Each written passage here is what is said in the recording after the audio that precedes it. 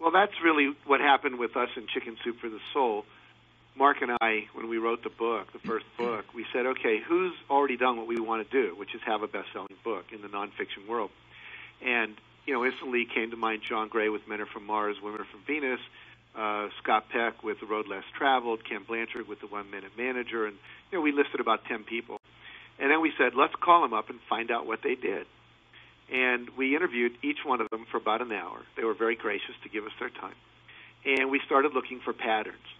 And one of the patterns was they did a radio interview every single day for a year. So we said, well, if that's what it takes, we'll do that. Scott Peck, whose book, The Road Less Traveled, was on the bestseller list for 12 years. I think that's a Guinness Book World Record. Wow. It was over 600 months, 600 weeks, rather. What happens is we found out he did 3 radio interviews every day for a year and then 1 a day for the next 11 years, every single day, including Sundays. And he said, I'm a minister, and I go to church on Sunday. He's a lay minister. And he said, but I still would do an interview in the morning or later in the afternoon. And so we said, okay, if that's what it takes, we'll do it. So we did the same thing, and sure enough, a year and a half later, our book was #1 on the bestseller list. Well, you've hit on, of course, one of the success principles you teach, which is to find other people that have already done what you've done and to model what they've done. And that's something that I have always done, and it was kind of a revelation to me. I think it was maybe when I was 35 or something, where I finally realized that most people don't do that.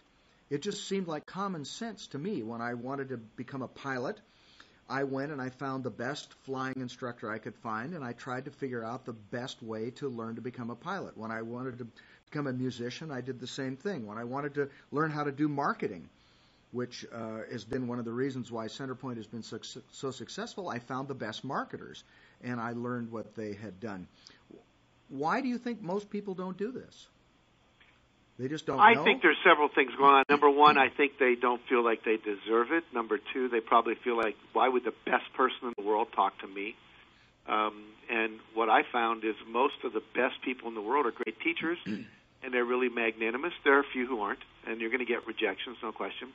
But if it only takes 10 questions to get one yes, why not ask?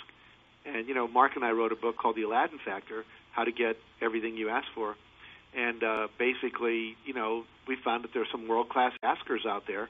And, again, we went and interviewed over 50 of them, from Mother Teresa on down to a guy who always buys everything, wholesale, never pays retail. And we said, how do you do it? And as a result, we began to look at why don't people ask. And one of the things we came up with is fear of rejection, a sense that you're not worthy, and a feeling that you don't deserve to have it. Some of it's conditioning. I'm dealing with my stepdaughter actually right now because she didn't grow up with me in her formative years. She's now 11. She's only lived with me about the last 4 years. I said to her the other day, it's time for you to have your own computer. And she said, oh, no, I don't want you to waste money on me like that. And I said, what do you mean?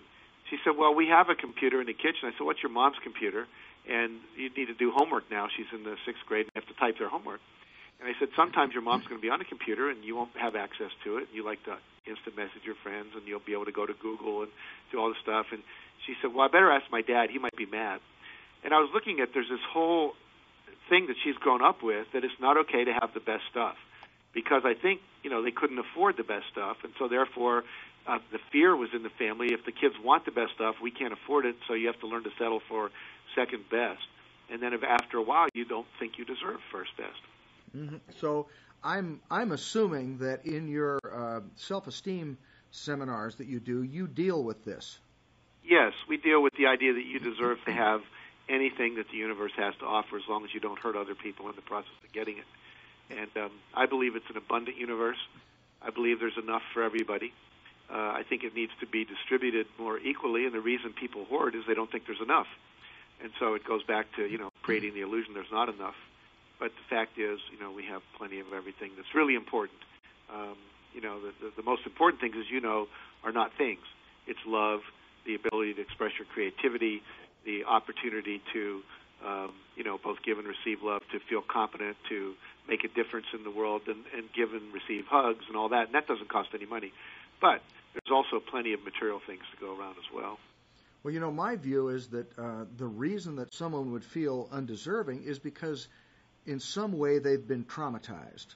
I mean, what you described about your stepdaughter's upbringing is a form of trauma. Being told those things and taught those things and being treated in a way as if you didn't deserve the best.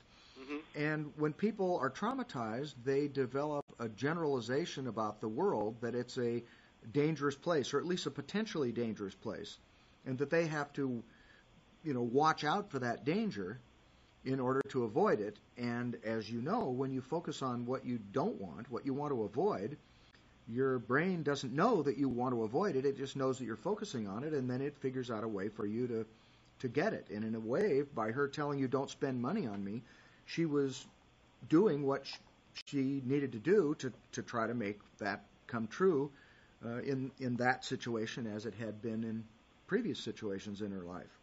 Absolutely. So what exactly do you do in the self-esteem seminar to move people to a place where they do feel deserving? You can't just tell them you're deserving and hope they'll believe you. Well, you can go back and as you said, you can find where does the original decision get created. It's usually an event, as you said. It's a traumatic event, it's a highly emotional event. And as you and I know from all the brain research we've done, that when you make a decision, when your brain is flooded with the nutrients and the what do we want to call them, chemicals that are secreted under a highly emotional charge, those memories get locked in at a much deeper level. Everyone knows where they were when 9/11 happened, when President Kennedy was shot, etc., because it was such a traumatic event. And then if you get repetition, which we did, we saw those things over and over.